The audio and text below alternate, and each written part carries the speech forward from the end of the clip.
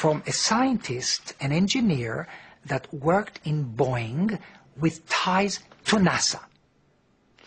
And I don't know, the conversation started between me and him that it is, no matter how far out this sounds and how science fiction it sounds, that it was possible to get Michael Jackson to the moon. And I relayed this to Michael. And Michael was extremely ecstatic about it. He was so excited. Just by, I mean, the idea of him being able to actually do his moonwalk on the moon. And I remember, I mean, it was really, to me, it was an impossibility, but the flicker, the hope that it could happen was there, because these emails were coming from a scientist. At 3 o'clock in the morning, Michael Jackson left me a message on my answer phone. Uri Geller, it's Michael Jackson calling. When you get this message, please know that I pray that we do the moon trip. I want to be the first one to do it in the pop world. And now I hear that NSYNC and all these people are trying to go. I want to be first, please. And let's do Hands Across England. And let's think of some other wonderful things. I love you. Goodbye. This was so sweet, you know. It was so timid. It was so naive. It was so gullible. It was so beautiful and gentle that I had to keep, I didn't want to erase the message. I mean, I listened to it over and over and over again. You see, Michael Jackson believed in the impossible. Just months later, the superstar was back in Britain to visit Uri. With Michael's permission, every step of the visit was recorded by his friend. Michael! Thank you, Michael! I love you! You see, these scenes, these moments, conjures up religion. It conjures up God. This is kind of on a different plane. This is like these people, these fans, looked at Michael almost like a Jesus.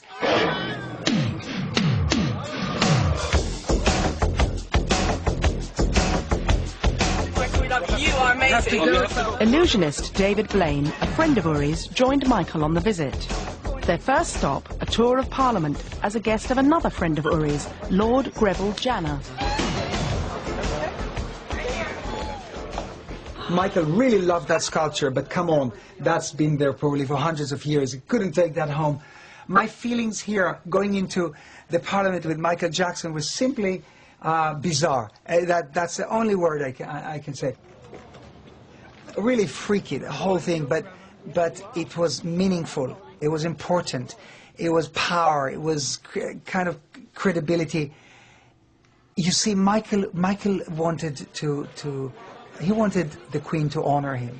He really did want that, very much. That was one thing that really was in Michael's heart. Why did you want to come and visit Parliament? This is my wonderful friend, Lord Janner. No, that's a good answer. Yeah. He's a politician as well. And to educate me about this whole incredible thing. You know, when Michael heard that Steven Spielberg got a knighthood, Michael wanted a knighthood too. And I understand, come on, he should have gotten a knighthood, really. But it was impossible to achieve. And we spoke about that quite a lot in the Parliament. There were moments where, without filming, he kind of whispered to me, "Is the Queen here? Are we going to meet the Queen?" Michael Jackson had a magical status wherever he went, even in Parliament. Now, he came on a Friday, and there were no parliamentarians there.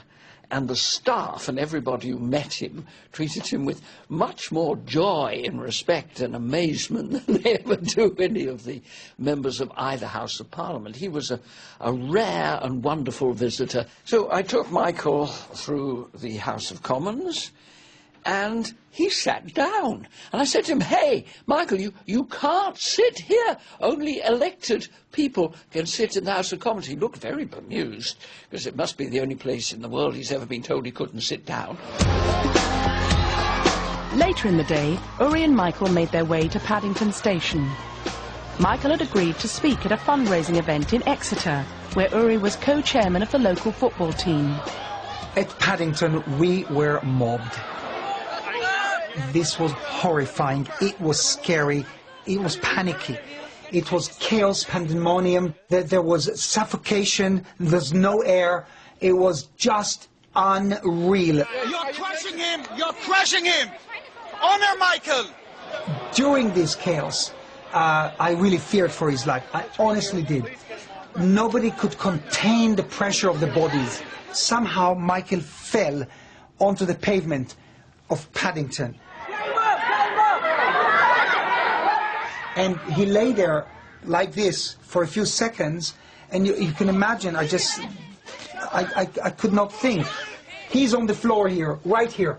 Look, it takes seconds. We try to get some air around him, and then I've never seen anything like it. It was like from the movie The Matrix. He sprang up, or it catapulted off the floor like some type of a cheetah, a tiger, and he just zoomed as fast as the speed of light to the train. We couldn't catch up with him. It was impossible. Yeah, of course, and Michael, this is for you. This is Marvel Comics, and that's me. Michael had agreed to travel to Exeter to help raise money for Exeter City Football Club and to raise money for a children's charity. On the train with him was Mark Lester. The pair had become friends when they were both child stars. Mark had played the part of Oliver as a boy. Michael and Mark were godfathers to each other's children. As a godparent, Michael was fabulous. I mean, we spent Christmas with him a couple of years ago, and he flew us all out to Bahrain for a week, and we arrived at this palace where we were staying, and Michael had laid out all the Christmas presents, and it looked like the ground floor of Hamleys. I've never seen so many presents in my life. I mean, it was ridiculous. I mean, if the children never had Christmas again, that would have been, they've had all their Christmases in one go. I mean, it was unbelievable, and we had a week of absolute joy with Michael and his children. And Michael, as a dad, was a great dad. He was the sort of dad that everyone would want to have as a dad. You know, he was firm but fair. The children he was very hot on manners, especially table manners. The children were extremely polite. They always had to say please and thank you, and he was very particular about that. They were very well educated, I must say. They are some of the brightest kids, and they are very polite and very, very nice children. Michael did a very good job on bringing them up. Once in Exeter, thousands were waiting to meet Michael as he arrived at the football ground with Uri, Mark and David Blaine. It was a special moment for one disabled young fan. I ran through the whole crowd, jumped under the bodyguard's legs, and jumped in Michael Jackson's arms, and held him so tight, it was unbelievable. And he walked around for a bit, and then tapped me on the head and said, "I love you." And then it was just like the most memorable thing I ever done in my life. It helped him enormously. It helped with your self-esteem, didn't it? It helped with just feeling good about himself, because when you are disabled, and certainly he wasn't walking very well, it was a huge thing for you to do, wasn't it, to make that definitely. Running across that pitch. And of course then we got to know Uri, who has been in his life ever since. Back in the stadium, Michael met other local children. One of them was Lauren Sefferton, who at the time was suffering from cancer. Right in front of me was Michael Jackson, and I was just stunned. I put my hands like this. I had tears in my eyes, and I was shaking. I was like, Mum, like Michael Jackson stood right in front of me, and it was just surreal. To be honest, he looked like a waxwork doll. He did not look real. He was so pale, and his eyeliner tattooed on, and bright red lips. And I remember just thinking, oh, he just doesn't look real. And when I was talking to him, I just couldn't help but look obviously at his nose. I couldn't stop staring. And, you know, I was trying my hardest not to, because, you know, when you're talking to somebody and you're staring at one thing. But like my mum said too, that you just can't help it, because you're just thinking it's so tiny, and all the way that it's changed.